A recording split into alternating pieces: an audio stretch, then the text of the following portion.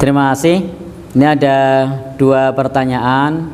Yang pertama terkait dengan pembahasan mengenai masalah salaf, atau tadi penanya menyebutkan apa tadi? Wahabi. Aliran salafi, aliran Wahabi kalau berkuasa akan menumpahkan darah sesama muslim yang tidak sepaham. Baik, ini terkait pertanyaan ini sebenarnya pertanyaan yang aneh. Kenapa pertanyaan yang aneh? Karena yang kita ketahui bahwa ketika seseorang bermanhaj salaf itu praktis tidak ikut-ikutan dengan masalah politik kekuasaan. Bagaimana mungkin dia akan berkuasa sementara tidak membahas yang terkait dengan masalah kekuasaan. Bahkan kita tidak akan menemukan kajian mereka yang terkait dengan masalah menggulingkan penguasa. Bahkan di kelompok mereka itu jangankan menggulingkan, ngerasani penguasa saja itu tidak boleh. Silakan nanti ketemu dengan saudara-saudara kita yang ngaji manhaj salaf. Mereka itu untuk mencela penguasa saja tidak boleh. Jadi mereka itu mencela penguasa saja tidak boleh. Bahkan mereka itu sangat taat kepada pemerintah. Contoh misalnya pada saat Ramadan, kalau di Muhammadiyah kan pakai hisab, berbeda dengan pemerintah. Kalau salaf enggak, mereka akan ikut dengan keputusan pemerintah. Bahkan andai pun yang dibuat oleh pemerintah itu, keputusan pemerintah tersebut itu dalam tanda kutip mendolimi mereka, mereka tidak akan melawan. Itu salah satu prinsip dari manhaj salaf.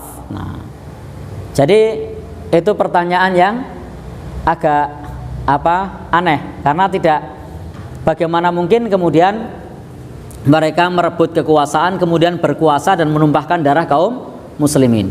Karena konsep dalam salaf itu konsepnya adalah bahwa kebaikan itu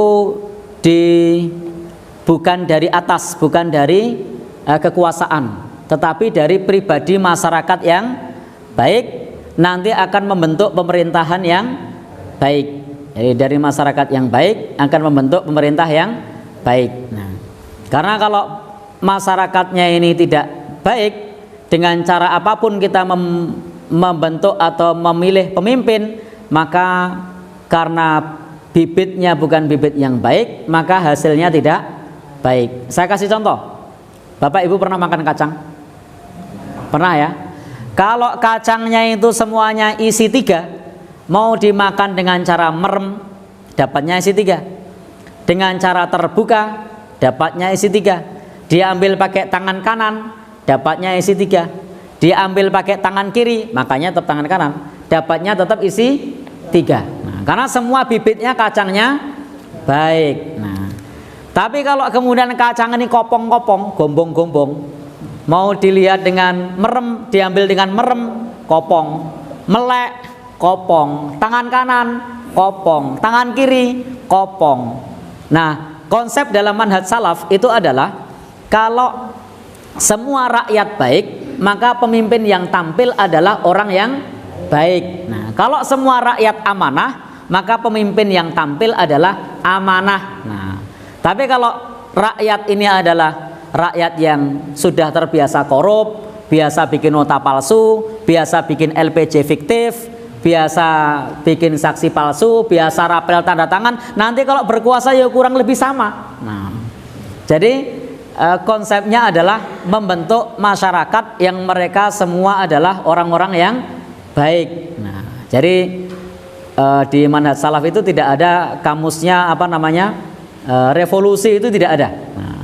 Nanti silahkan baca salah satu buku pedoman yang biasa dipakai, misalnya kitab Ushulus Sunnah yang dipakai oleh Imam Ahmad rahimahullahu, yang ditulis oleh Imam Ahmad rahimahullahu taala. Di situ tidak boleh bagi kita untuk memerangi penguasa yang sah. Nah, kalau kemudian Bapak dan saudara yang berbahagia yang dirahmati oleh Allah Subhanahu wa taala, terkait mengenai masalah Wahabi, saya tidak paham apa yang dimaksud dengan Wahabi. Nah, jadi silahkan nanti teman-teman, bapak-bapak dan saudara yang berbahagia yang dirahmati oleh Allah Subhanahu wa taala, karena Wahabi ini lebih kepada stigma, bahkan hampir-hampir nyaris tidak kita temukan organisasi yang namanya Wahabi. Kalau misalnya ada, itu terdaftar di Kementerian Hukum dan HAM kapan, berdiri tahun berapa, nah, itu tidak ada. Yang tidak pernah ada ormas yang namanya Wahabi. Di negeri kita tidak terdaftar, di negeri lain juga tidak terdaftar. Nah, jadi tidak ngerti apa yang dimaksud dengan Wahabi.